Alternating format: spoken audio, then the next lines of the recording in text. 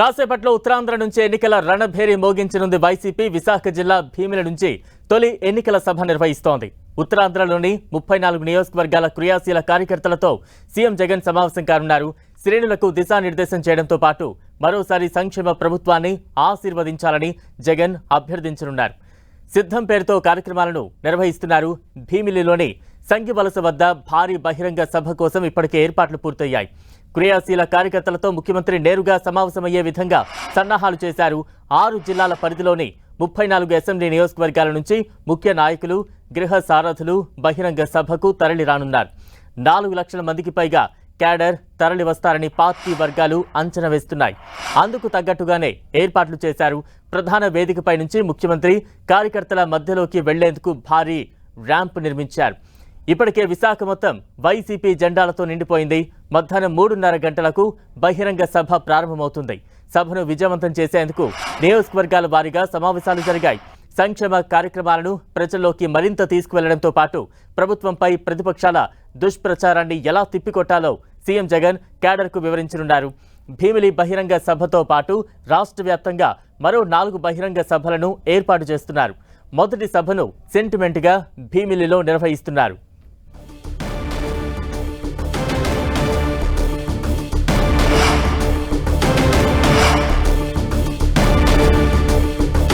సిద్ధం పేరుతో సభలు నిర్వహించేందుకు వైసీపీ సిద్ధమైంది.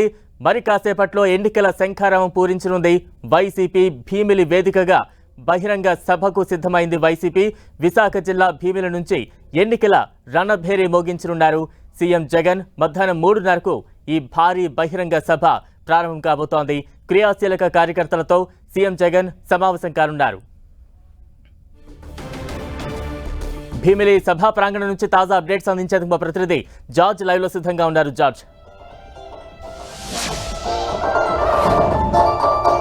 మరికొద్ది సేపట్లోనే వైసీపీ చేపట్టిన సిద్ధం ప్రోగ్రాం ప్రారంభం కానుంది. దీనికి సంబంధించి చూసుకోవచ్చు, ఇప్పటికే అన్ని ఏర్పాట్లు పూర్తయిన నేపథ్యంలో కార్యకర్తలంతా కూడా తరలి వస్తూ ఉన్నారు. ఇప్పటికే ముఖ్య నాయకులంతా కూడా ఇక్కడికి తరలి రావడం జరిగింది. ఇక చూసుకున్నట్లయితే గృహ సారథులు, ముఖ్య నాయకులు, అలాగే కార్యకర్తలంతా కూడా తరలి వస్తూ ఉన్నారు. ముఖ్యంగా చూసుకున్నట్లయితే స్టేజ్ వద్ద చూసుకోవచ్చు, స్టేజ్ని కూడా ఒక వినూత్న రీతిలో అయితే తీర్చిదిద్దారు. ఎందుకంటే 34 నియోజకవర్గాల నుంచి 6 జిల్లాల నుంచి 34 నియోజకవర్గాలకు సంబంధించిన కార్యకర్తలు, గృహసారథులు, ప్రజాప్రతినిధులు రానున్న నేపథ్యంలో 34 బ్లాకులను అయితే ఏర్పాటు చేశారు. ఈ 34 బ్లాకులను సైతం కూడా ఒక్కొక్క బ్లాక్ నిండిన తర్వాత మిగిలిన బ్లాకులన్నింటిని కూడా ఫిల్ చేస్తున్నారు. ముఖ్యంగా చూసుకోవచ్చు, మనం ఒక్కొక్కసారి చూసుకున్నట్లయితే కూడా మొత్తం అంతా కూడా కార్యకర్తలు పెద్ద ఎత్తున ఇక్కడికి తరలి రావడం జరిగింది. మరొక వైపు క్యూ లైన్లో ఒకసారి చూసుకున్నట్లయితే వెనక కూడా చాలా మంది వరకు కూడా ఉన్నారు. మెయిన్ రోడ్డు వరకు చూసుకున్నట్లయితే కనుక చాలా అంటే భారీగా అంటే ఈ సభకు తరలి రావడం జరుగుతుంది. అయితే దీనికి సంబంధించి చూసుకున్నట్లయితే ఎన్నికల సమర శంఖారావానికి సంబంధించి ఈరోజు కార్యకర్తలను సమాయత్తం చేసేందుకు సీఎం జగన్మోహన్ రెడ్డి వీరితో ఇంటరాక్ట్ కానున్నారు. ముఖ్యంగా చూసుకున్నట్లయితే కనుక కార్యకర్తలకు దిశానిర్దేశం చేయనున్నారు. ఎందుకంటే ఎన్నికలు సమీపిస్తున్న వేళ ఏ విధంగా ముందుకు వెళ్ళాలి, ప్రస్తుతం రాష్ట్రంలో నెలకొన్న పరిస్థితులు, ప్రతిపక్షాలతో పాటు ఇటు కాంగ్రెస్ అలాగే జనసేన, బీజేపీ మూకుమ్మడి దాడి చేస్తూ ఉంది. కాబట్టి వాటినన్నింటిని కూడా పిడికిలు బిగించి వాటిని ఎదుర్కొనేందుకు పోరాటం ఏ విధంగా చేయాలి, ఏ విధంగా మనం ముందుకు వెళ్ళాలి, ఒంటరిగా పోరాటం చేస్తూ ఉన్నాను కాబట్టి ఎటువంటి వ్యూహాలతో ముందుకు వెళ్ళాలనే దానికి సంబంధించి ఆయన దిశానిర్దేశం అయితే చేయనున్నారు. ముఖ్యంగా చూసుకున్నట్లయితే కనుక కార్యకర్తలందరితో కూడా నేరుగా ఇంటరాక్ట్ అయ్యేందుకు ఒకసారి చూసుకోవచ్చు, ర్యాంపును సైతం కూడా ఏర్పాటు చేయడం జరిగింది. ఇది టీ ర్యాంపును అయితే ఏర్పాటు చేశారు. ముఖ్యంగా ఇది మెయిన్ రోడ్డు వరకు చూసుకున్నట్లయితే 350 అడుగులు, అంతేకాకుండా ఇటు వైపు చూసుకున్నట్లయితే స్టేజ్ వైపు చూసుకున్నట్లయితే 75 అడుగుల మేర నిర్మించడం జరిగింది. ఈ ర్యాంప్ మీద వాక్ చేస్తూ సీఎం జగన్మోహన్ రెడ్డి ఏదైతే బ్లాకుల వైజ్ గా ఏర్పాటు చేశారు కాబట్టి ఆ బ్లాకుల్లో ఉన్న కార్యకర్తలు, నేతలతో సైతం కూడా నేరుగా మాట్లాడుతున్నారు. ఇక స్టేజ్ మీద చూసుకున్నట్లయితే కనుక ముఖ్యంగా ఇక్కడ ఉన్న ముఖ్య నాయకులు, ఎక్కడైతే ప్రజాప్రతినిధులు ఎవరైతే ఉన్నారో ఎమ్మెల్యేలు, మంత్రులు, అలాగే ఎమ్మెల్సీలు సైతం కూడా వీళ్ళంతా కూడా స్టేజ్ మీద ఉండనున్నారు. వారందరినీ స్టేజ్ మీద నుంచి తర్వాత ఆయన మాట్లాడిన తర్వాత నేరుగా ఇంటరాక్ట్ అయ్యేందుకు ఈ ర్యాంప్ మీద నడుచుకుంటూ వెళ్లి ప్రతి ఒక్క కార్యకర్తతో ఆయన నేరుగా మాట్లాడనున్నారు. అయితే ఇటీవల కాలంలో చోటు చేసుకున్న మార్పు చేర్పులకు సంబంధించి అంటే నియోజకవర్గాల వారీగా చూసుకున్నట్లయితే కొన్ని మార్పు చేర్పులు జరిగాయి. ఇప్పటికే చూసుకున్నట్లయితే 4 లిస్టులు ప్రకటించడం జరిగింది. ఆ 4 లిస్టులకు సంబంధించి ఎందుకు మార్పు చేయవలసి వచ్చింది? వై నాట్ 175 నినాదంతో వెళ్తున్నాం కాబట్టి ఖచ్చితంగా 175 స్థానాలు గెలిచి తీరాలంటే ఏ విధంగా మనం ముందుకు వెళ్ళాలనే దాని మీద కూడా ఆయన ప్రసంగించనున్నారు. అంతేకాకుండా ఉత్తరాంధ్రకు సంబంధించి ఏ అభివృద్ధి కార్యక్రమాలు చేశాం, ఎటువంటి సంక్షేమాలు అందించామనే దాన్ని కూడా నేరుగా విస్తృతంగా ప్రజల్లోకి తీసుకువెళ్లేందుకు ఏటువంటి వ్యూహాలు అనుసరించాలనే దాని మీద కార్యకర్తలకు సంబంధించి ఆయన దిశానిర్దేశం చేయడంతో పాటు ఎన్నికలకు ఏ విధంగా సమాయత్తం కావాలనే దాన్ని నిర్దేశించనున్నారు. జార్జ్, అంటే భీమిలి వేదికగా ఎటువంటి అంశాలు ప్రధానంగా ప్రస్తావిస్తారు? ముఖ్యంగా ప్రతిపక్షాలపై ఎటువంటి విమర్శలు సంధించే అవకాశం ఉంది? ఖచ్చితంగా ప్రతిపక్షాల మీద ఖచ్చితంగా విమర్శలు గుప్పించే అవకాశం కనిపిస్తూ ఉంది. ఎందుకంటే ఇప్పటికే చూసుకున్నట్లయితే అన్ని కలిపి ఒక కూటమిగా వస్తూ ఉన్నాయి కాబట్టి వాటిని సమాయత్తంగా ఎదుర్కొనేందుకు పిడికిలు బిగించి అందరం కూడా కలిసి గట్టిగా వెళ్ళాలంటూ కూడా సిద్ధం అనే కార్యక్రమాన్ని ఏర్పాటు చేశారు. దానికి ఒక టైటిల్ని ఏర్పాటు చేశారు. సిద్ధం అనే ఒక టైటిల్ని ఏర్పాటు చేసి దానికి ఒక పిడికిలి గుర్తుని కూడా ఏర్పాటు చేయడం జరిగింది. అంటే అందరూ కలిసి కట్టుగా మనం పనిచేయాల్సి ఉంటుంది, ఎందుకంటే వాళ్ళందరినీ ఎదుర్కోవాలని. దానికి సంబంధించే స్టేజ్కు అంటే ఎంట్రీ వద్దనే అంటే ఎవరెవరు వైసీపీ మీద దాడికి సిద్ధంగా ఉన్నారంటూ కూడా ఇటు ప్రతిపక్ష నేత టీడీపీ చంద్రబాబు నాయుడు ఫోటోతో పాటు ఇటు జనసేన అధినేత పవన్ కళ్యాణ్, అలాగే బీజేపీకి సంబంధించి అలాగే కాంగ్రెస్కి సంబంధించి నేతలు ఎవరైతే ఉన్నారో వారి ఫొటోస్ను కార్టూన్ రూపంలో ఏర్పాటు చేశారు. దానికి ఒక కిక్ బాక్సింగ్ సంబంధించిన ఒక ఎక్విప్మెంట్ని కూడా ఆ కార్టూన్కు ఏర్పాటు చేశారు. అంటే వచ్చిన ప్రతి ఒక్కరు కూడా పిడికిలు బిగించి వారిని అంటే గుద్దుకు రావాలనేది ఒక నినాదంతో ఆ స్టేజ్ ఎంట్రీ వద్దనే వీటిని ఏర్పాటు చేశారు. కాబట్టి ఖచ్చితంగా సీఎం జగన్మోహన్ రెడ్డి సభలో ఈరోజు ప్రసంగించే సభలో ఖచ్చితంగా ఏదైతే ప్రతిపక్షాలు చేస్తున్న విమర్శలకు ఆయన తిప్పుకొట్టే అవకాశం కనిపిస్తూ ఉంది.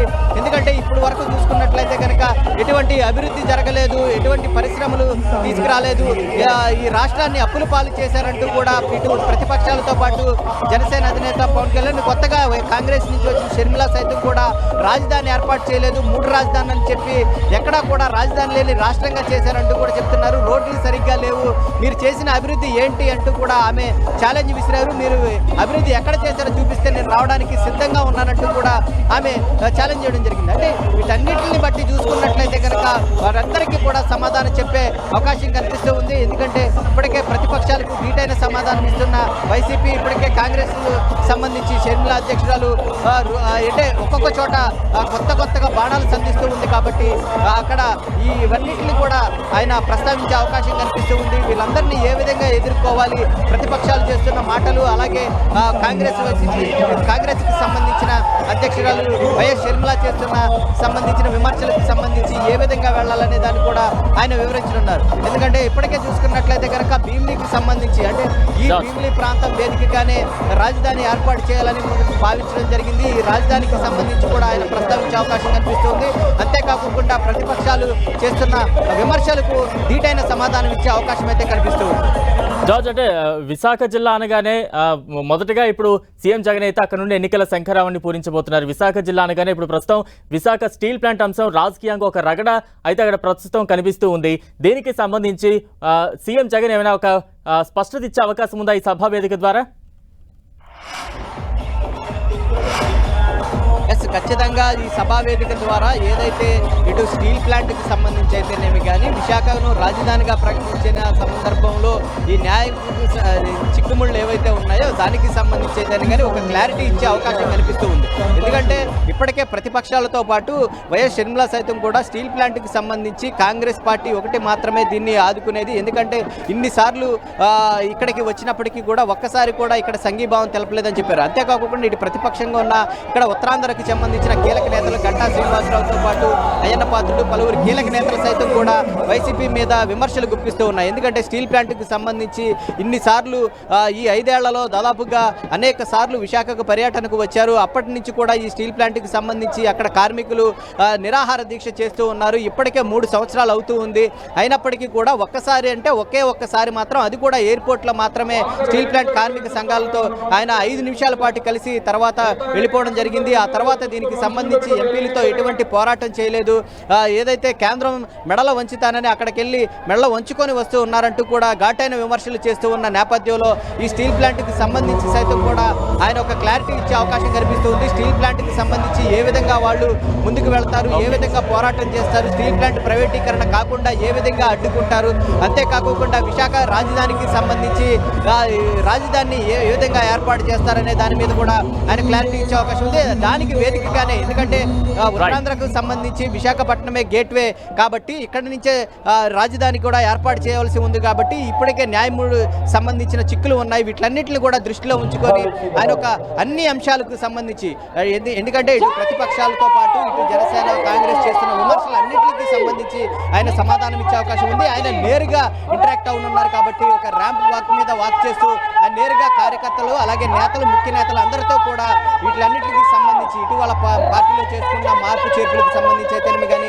ఉత్తరాంధ్రలో నెలకొన్న సమస్యల గురించి అయితేనేమి కానీ, ఇటు స్టీల్ ప్లాంట్కి సంబంధించి, రాజధానికి సంబంధించి అన్ని అంశాలను కూడా ఈరోజు ప్రస్తావించనున్నారు. Right, thank you George.